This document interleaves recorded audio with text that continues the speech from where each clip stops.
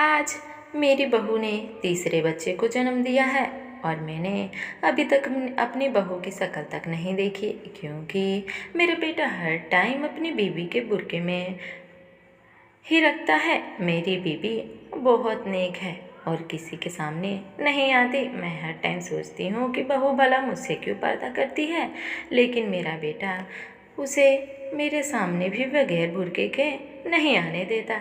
आज बहू के तीसरे बच्चे को जन्म दिया है तो मैंने चुपके से नर्स को कुछ पैसे दिए और कहा मेरी बहू को बेहोशी का इंजेक्शन लगा दो, मैंने उसका सिर्फ चेहरा ही देखना है।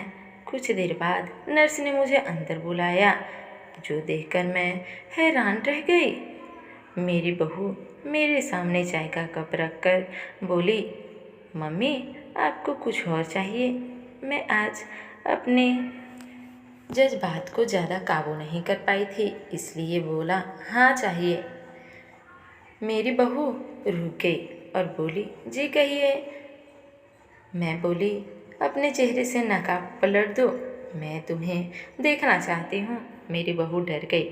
वह अपना बुर्का संभालती हुई भागकर मेरे कमरे से निकल गई, जबकि मैं अंदर ही अंदर चलकर रह गई। न जाने इरफान को इसमें क्या नज़र आता है जो बीबी बनाकर इसे घर पर ले आया। आज 4 साल हो चुके थे, मगर आज तक मैंने उसकी शक्ल नहीं देखी थी। खैर, मैं चाय पीकर आराम करने के लिए लेट गई। इरफान काम से लौटा तो अपनी बेटियों के साथ प्यार करने लगा। अल्लाह ने उसे 2 बार रहमत से नवाजा था। वह दोनों बेटियां हूबहू इरफान पर गई थी। मैं दिल ही दिल में दुआ कर रही थी कि एक बच्चा तो माँ पर चला जाए, ताकि मुझे पता हो कि मेरी बहू दिखती कैसी है। इरफान मेरे पास आकर बैठ गया, बोला, मम्मी आप हमारा से बार बार क्यों फरमाइश करती हैं? आप मुझको अपना चेहरा वह आपको अपना चेहरा दिखाए। मेरे कितने बार आपसे कहा कि यह पूरी तरह से पर्दा करती हैं और निहायती परहेजगार और नेक बहू है आपकी। आपने ही तो नेक बहू की फरमाइश की थी, भूल गई क्या? मैं दिल ही दिल में कुढ़ कर रह गई। आजकल की औरत तो ज़रा ज़रा सी बात शौहर को जाकर बताती हैं। मैं चुप कर गई थी, क्योंकि मैंने ही इरफान को कहा था कि वह जहाँ मर्जी शादी कर ले, फिर लड़की को चाहे अपनी बीवी बना कर लाए, मगर उसमें शर्म हया होनी चाहिए, नेक सीरत हो और पर्दा की पाबंदी हो। इरफान अब अमारा को ब्याह कर लाया तो वह बुर्के में ही यहाँ वहाँ घूमती। लड़की को देखकर कभी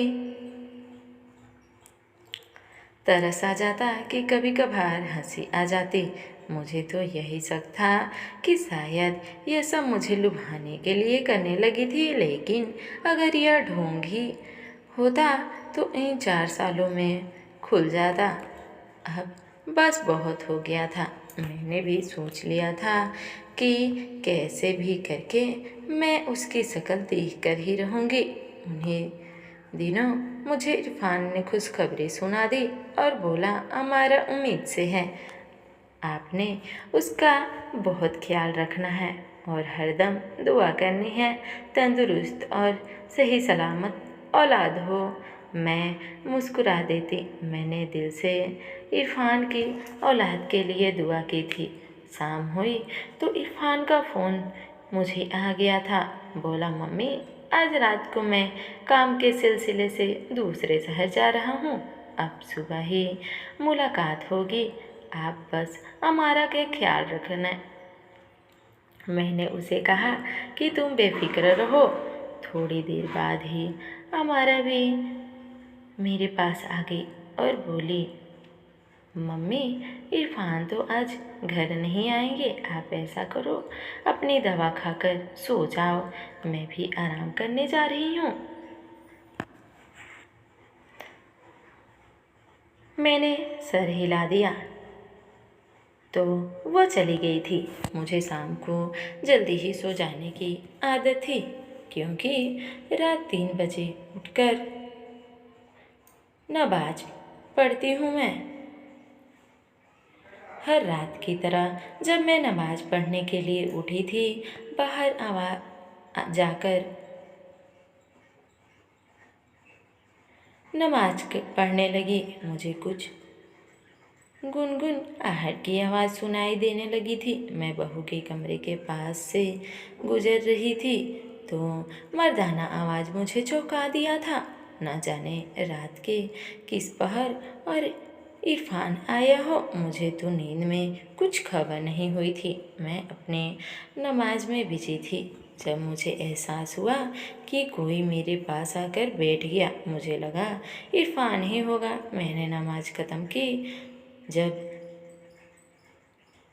सलाम करने लगी तो मैंने देखा कि कोई मेरे पास से उठकर जल्दी से बाहर के दरवाजे की तरफ बढ़ गया है। मुझे सिर्फ काले रंग का बुर्का ही दिखाई दिया था।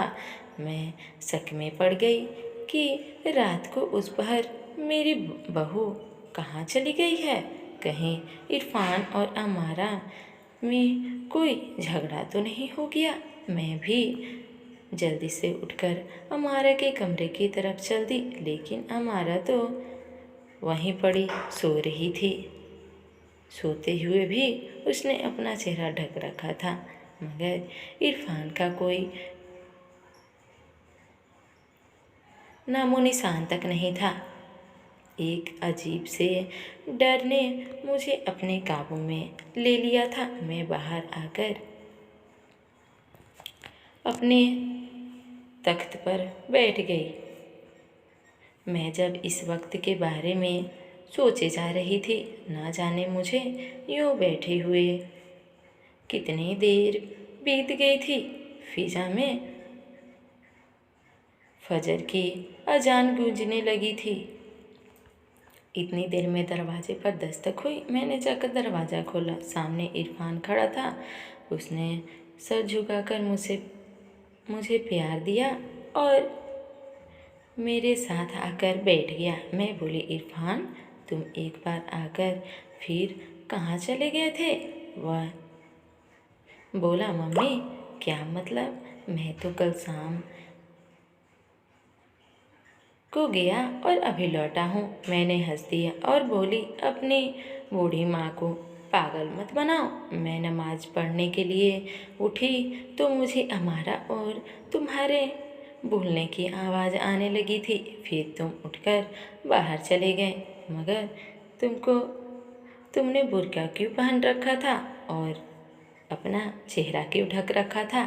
इरफान मेरी बातें सुनकर एकदम तैस में आ गया। वह मेरे पास से उठकर अंदर अपने कमरे में चला गया।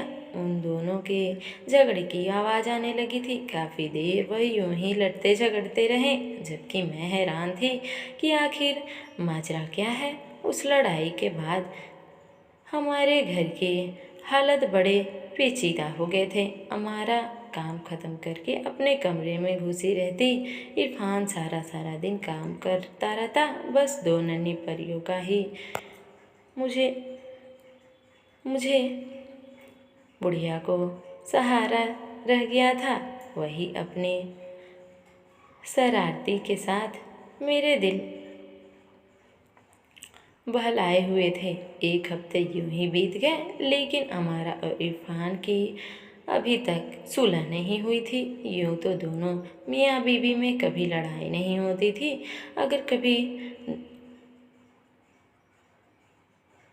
नाराज़गी भी हो जाती तो वह दोनों ज़्यादा दिन एक दूसरे से दूर नहीं रह पाते थे। लेकिन इस बार कुछ और ही माजरा रहा था। दोपहर हुई तो मैं चाय पीकर आराम करने के लिए लेट गई थी।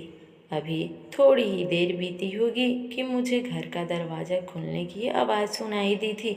मैं चौंक गई, मगर यूं ही सुनती रही। एक काला साया बुर्का पोश जो मेरी बहू के कमरे में घुस गया था। मैं हैरान रह गई कि अब यह कौन है? क्या यह उस रात वाला आदमी तो नहीं? मगर फिर मैंने कानों को हाथ लगाकर अल्लाह से माफ़ी मांगी थी। मैं नमाजी परहेजगार औरत हूँ। यूँ किसी और बोली, अम्मी,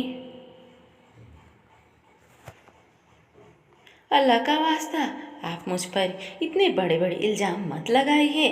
मुझे कबूल नहीं कर पाई इसलिए मेरे खिलाफ साजिश करती फिरती है। इरफान गुस्से में उठा तो मैंने उसका हाथ थामकर बैठा दिया था। मैं बोली, हाँ हमारा शायद मुझे ही कोई गलतफहमी हो गई होगी। मुझे माफ़ करना, तुम जाकर आराम करो। इरफान मुझे देखता रह गया। अमारा चली गई तो मैं बोली, इरफान हम उसको रंगे हाथों पकड़ लेंगे।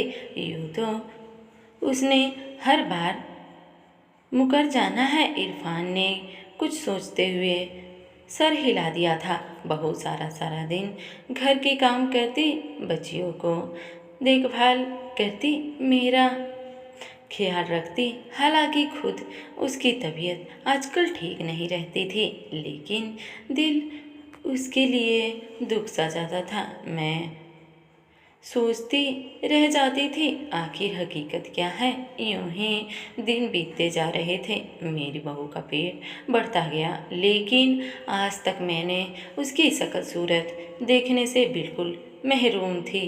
एक दिन बड़ी तेज बरसात हो रही थी। इरफान भी काम वाली जगह पर फंस चुका था। मैं अपने कमरे में बैठी नमाज पढ़ने में बिजी थी जब मैंने किसी को घर में घुसते हुए देखा था। उठकर अपने कमरे की खिड़की में खड़ी हो गई थी। मैंने देखा वही बुर्कापोश मेरी बहू के कमरे में गया था। मैंने जल्दी से उठकर इरफान को फ़ोन किया। वह बोला, मम्मी मैं रास्ते में हूँ, बस 3 मिनट में घर पहुँच जाऊँगा। वे घर आ गया। मैंने उसे बताया कि वो बुर्का वाला आदमी तुम्हारी बीवी के कमरे में ही है। बरसात अब रुक चुकी थी। इरफान अपने कमरे के दरवाजे के पास जाकर खड़ा हो गया। फिर वह बड़े देर यूं ही खड़ा रहा और धीरे धीरे नीचे बैठता चला गया और रोने लगा था। मैं हैरानी से उसे देख रही थी। आखिर क्या माजरा है जो मेरा बेटा यूँ दिल पकड़कर रो रहा है। फिर अचानक ही उठकर खड़ा हो गया और खुद को दरवाजे की ओट से चिपका दिया। वह बुर्कापोश जल्दी से हमारे घर से निकलकर बाहर चला गया था। मेरी बहू ने इधर उधर चल फिर कर उससे बातें की, छीन-बीन कर ली कि कोई देख तो नहीं रहा कि इरफान अभी तक आया नहीं है। इरफान वहाँ से उठकर मेरे कमरे में आ गया था। मैं बोली, इरफान तुमने उसको पकड़ा क्यों नहीं? आज तो तुम मौके से घर पहुँच गए थे। इरफान बोला कि अम्मी कुछ ही दिनों में वो बच्चे को जन्म दे देगी। मैं जल्दीबाजी में कुछ गलत कदम नहीं उठाना चाहता। कुछ दिन और इंतज़ार करता हूँ। मैं चुप होकर रह गई थी। इस वक्त को 3 दिन बीत गए थे। मेरी बहू दर्द से तड़प रही थी और रोते हुए बोली कि अम्मी मुझे अस्पताल ले जाओ, लगता है मेरी डिलीवरी का टाइम आ गया है। मैंने अपने बेटे इरफान की जल्दी से कॉल लगाया और बोला बहू को जल्दी से अस्पताल ले जाएं। आज मेरे पास मौका ही मौका था और मेरे दिमाग में भी काम करना शुरू कर दिया था। और मैं जल्दी से नर्स के पास गई और उसके हाथ में नोट रख कर कहा, मेरी बहू को बेहोशी का इंजेक्शन लगा दो, मुझे उसका चेहरा देखना है। नर्स मेरी तरफ बड़ी हैरानी परेशान होकर देखने लगी और फिर पैसों को देखा और मान गई। एक बार आपकी बहू बच्चा जन्म दे तो मैं फिर आपका काम कर दूंगी। 3 घंटे के बाद नर्स बाहर आई और बोली, मुबारक हो, घर में पोता हुआ है। मेरी खुशी का ठिकाना नहीं रहा। फिर थोड़ी देर बाद उस नर्स ने मुझे इशारा करके कमरे में आने को कहा। मैं दबे कदमों को उठाकर बहू के कमरे में गई तो सामने वाला मंजर देखकर मेरी तो रूह कांप गई थी, क्योंकि वहाँ तो मेरी बहू नहीं बल्कि बेड पर पड़ी शख्सियत मुझे 26 साल पीछे लेकर गई। मेरा नाम मायरा है। हम 7 बहनें भाई थे। मुझसे बड़े 5 भाई थे, फिर मैं और मेरी छोटी बहन थी। हम दोनों बहनें अपने घर में राज करते थे। घर में हर कोई हमसे बड़ी मोहब्बत करता था, क्योंकि मैं बड़ी थी और घर की पहली लड़की थी। इसलिए मेरी हर जायज़ नाजायज़ फरमाइश पूरी की जाती थी। मेरा बचपन में ही निकाह कर दिया गया था। मेरी बुआ का बेटा और मैं एक दूसरे से बड़ी मोहब्बत करते थे। 2 साल बाद हमारी शादी होनी थी, मगर जब टाइम आया तो बुआ का इंतकाल हो गया था। उस कड़े टाइम में तो सर भाया की वजह से मालिक का साथ न दे पाई, मगर मैंने ये ड्यूटी अपनी छोटी बहन अदा को लगाई थी। वही मालिक का ख्याल रखे और मैं अपनी छोटी बहन से उस तक मैसेज पहुंचा देती थी। जिस दिन बुआ का 40वां था, मैंने ही पूरे घर के इंतज़ाम संभाल रखे थे। उस शाम जब मैं थक हार कर छत पर थोड़ा आराम करने गई तो मालिक भी उधर ही आ गया। वह बोला, तुमसे माफ़ी मांगने आया हूँ। मैं बड़ी हैरानी से कि आखिर किस बात की माफ़ी। फिर वह रोने लगा। मैं भी रोने लगी थी। मैं बोलती, यूँ रोने से तो बुआ की रूह को तकलीफ़ होगी। मालिक बोला, मैं जो करने वाला हूँ उससे तो मम्मी की रूह तड़पती रह जाएगी। फिर मालिक ने मेरे मुंह पर मुझे 3 बार तलाक देकर चला गया था, ताकि मैं गम से हो गई थी। आखिर मेरे साथ यह क्या हो गया। मैं वहीं बैठकर रोने लगी थी। तब नीचे शोरगुल होने लगा था। मैं भागकर नीचे गई तो पता चला मेरी बहन अदा लापता हो गई है। मैं भागकर अदा के कमरे में आ गई। वहाँ एक खत पड़ा था। मैंने वह खत उठाकर पढ़ा तो उसमें लिखा हुआ था कि मैं और मालिक एक दूसरे से प्यार करते हैं और एक दूसरे को बहुत पसंद करते हैं। मैं यह जानती हूँ, अगर हमने घर में शादी की बात की तो बहुत बड़ा फसाद खड़ा हो जाएगा और जुदाई हमारा मुकद्दर बन जाएगी। इस्लाम में 2 बहनें एक मर्द के निकाह में नहीं रह सकती, इसलिए बाजी को मालिक ने तलाक दे दिया है। मेरे लिए तलाक एक जहर से कम नहीं था। खत पढ़कर नीचे गिर गई थी और मैं यह सोच रही थी कि मेरी ही बहन ने मेरी पीठ में छुरा घोंपा है। मैं तो शर्म हया के मारे कभी मालिक से बात नहीं कर पाई। बचपन से ही एक दूसरे से मोहब्बत करते थे और अचानक यह सब हो गया। मैं कैसे बर्दाश्त कर पाती। अब मैं अपने आप को कोस रही थी कि काश अपनी बहन को दूर रखा होता अपने शौहर से। मम्मी ने मुझसे आकर खत छीन लिया था। फिर ना जाने क्या हुआ, क्योंकि मैं तो बेहोश हो चुकी थी। जब मुझे होश आया तो मैंने अपने 5 भाइयों को अपने पास खड़े हुए पाया था। वह मुझसे बातें करने आए थे कि वह मालिक और अदा को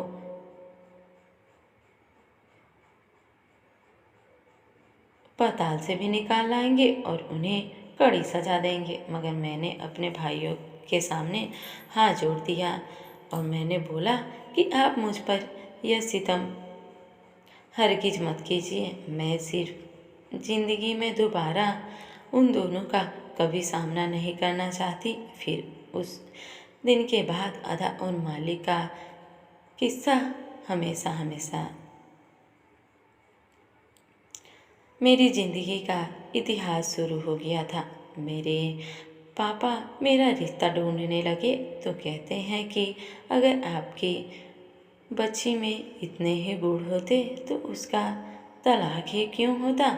मेरे बहुत सा रिश्ता आया और वह लोग ठुकरा कर चले गए। मुझे यह सब सहन करना पड़ता था। मैं दिन भर इसी उलझन में डूबी रहती, मगर जो भी रात होती तो अपने दिल के गुब्बारे फोड़ने बैठ जाती थी। सारी सारी रात रोती रहती थी।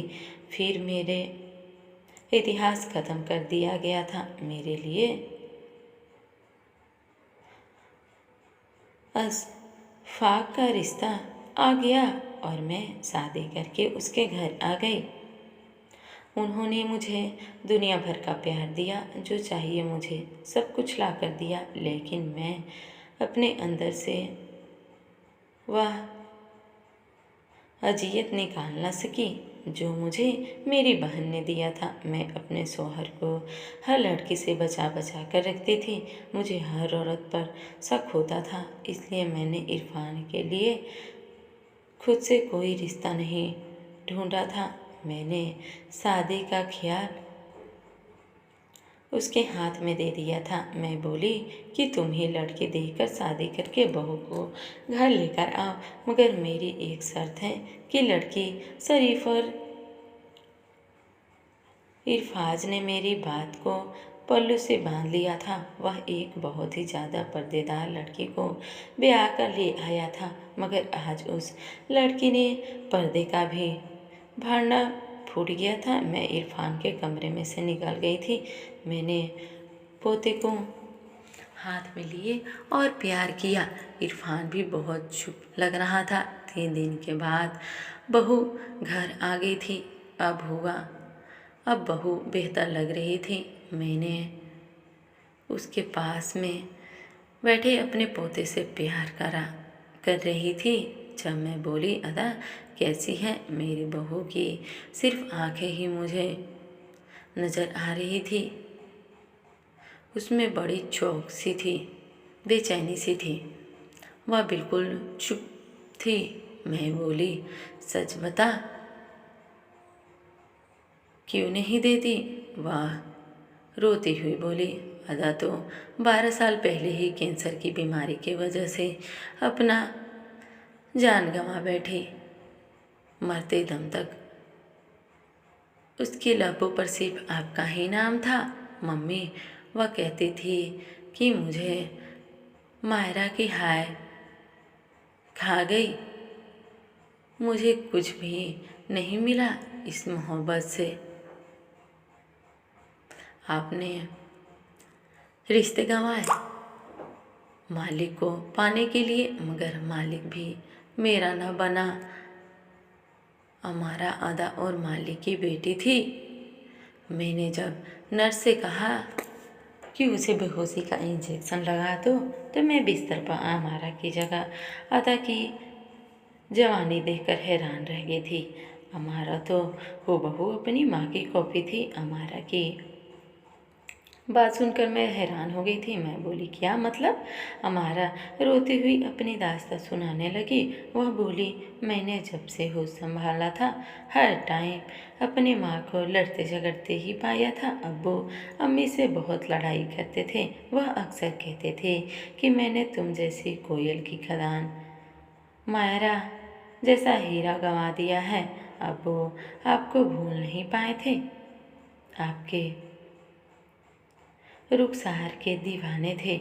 मम्मी इसी गम को दिल से लगाकर इस दुनिया से चली गई थी। फिर मेरी इरफान की शादी भी बड़ी अचानक हो गई थी। अब जब मैं रुखसत होकर आई और आप पर नज़र पड़ी तो मेरी पूरी कायनात ही हिलकर रह गई थी, क्योंकि आपकी बहुत सी तस्वीर हमारे घर में भी थी।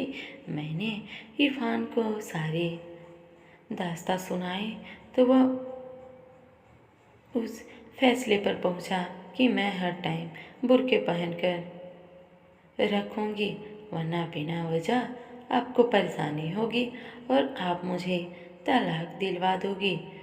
इरफान ने मुझसे वादा किया था कि मैं अपने बाप से कोई बातचीत नहीं रखूंगी। मैंने यह वादा निभाया था, मगर फिर पापा जिद करके लगे। वह अपने एक झलक देखना चाहते थे।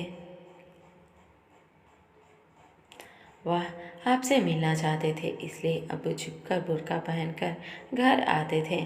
मैं यह बात इरफान से इसलिए छुपाती थी क्योंकि इरफान मुझे घर वालों से मिलने से रोके थे। मेरा बीता हुआ कल मेरी नज़रों के सामने घूम गया था। मैं अमारा से बोली, अमारा, मैंने अपने पोते की खुशी में इरफान और अदा को माफ़ किया। तुम 100 बार जाकर अपने बाप से मिलो।